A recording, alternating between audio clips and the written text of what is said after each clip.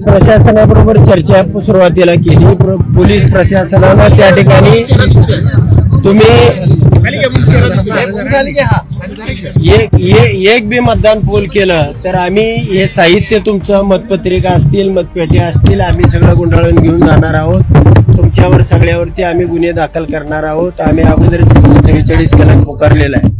आता या प्रशासनाच्या भूमिके संबंधी सगळ्या गावकऱ्यांशी या ठिकाणी चर्चा करण्यात आली। गावकऱ्यांचं म्हणणं असं आहे की जर मतदानच करू देत नसतील ते आपण पेट्या धरून ठेवणार आणि ते हिसकावून घेतील, यामध्ये गोंधळ उडेल आणि त्याची झटापट होईल आणि झटापटीमध्ये लोक निघून जातील। जी मतदानाची प्रक्रिया आहे किमान 1500 मतदान तरी पोल होण्याशिवाय या ठिकाणचा रिझल्ट येऊ शकत नाही आणि ते 1500 मतदान या ठिकाणी मला होणार होतं, परंतु प्रशासनाच्या या भूमिकेमुळं या ठिकाणी मतदानच करू द्यायचं नाही आणि साहित्य घेऊन जायचं हा पोलिसांनी इथं सगळा केलेला प्लॅन आहे।